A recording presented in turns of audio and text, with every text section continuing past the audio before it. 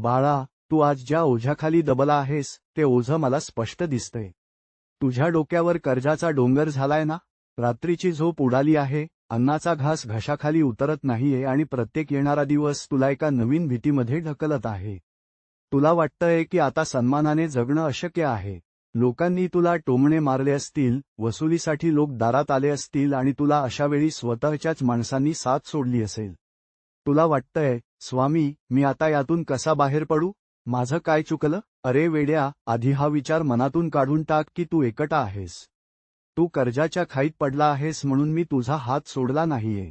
कर्ज हे केवळ पैशाचं नसतं, तर अनेकदा ते परिस्थितीचं आणि वेळेचं असतं. आज मी तुला सांगायला आलोय की आता चिंता करणं थांबव. जोपर्यंत तू चिंतेत राहशील तोपर्यंत तुला मार्ग सुचणार नाही. जो संकटात स्थिर राहतो त्यालाच स्वामी मार्ग दाखवतात. तुझं कर्ज कसं फिटेल आणि तुला पुन्हा वैभवाचे दिवस कसे येतील याचा आराखडा मी आता तयार केला आहे.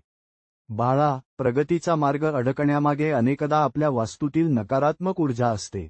तुझ्या घरात जिथे तू धन ठेवतोस ती जागा स्वच्छ ठेव. रोज संध्याकाळी तिथे श्री स्वामी समर्थ मंत्राचा जप कर. हा मंत्र केवळ शब्द नाहीत तर ते गरिबीला जाळून टाकणारं तेज आहे.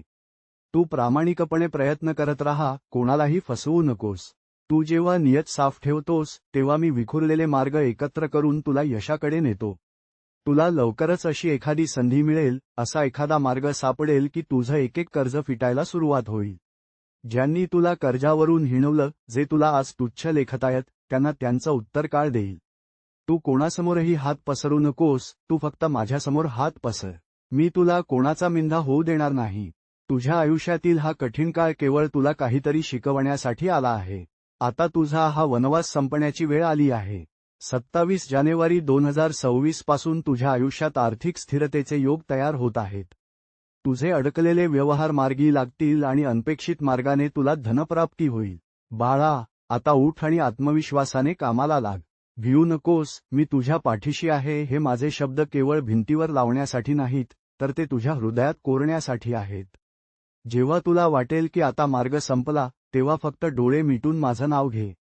बघ मी तुला कसा संकटातून बाहेर काढतो. तुझा गेलेला सन्मान मी तुला व्याजासहित परत मिळवून देईन. भिऊ नकोस, मी तुझ्या पाठीशी आहे. अक्कलकोट निवासी राजाधिराज योगीराज श्री स्वामी समर्थ महाराज की जय.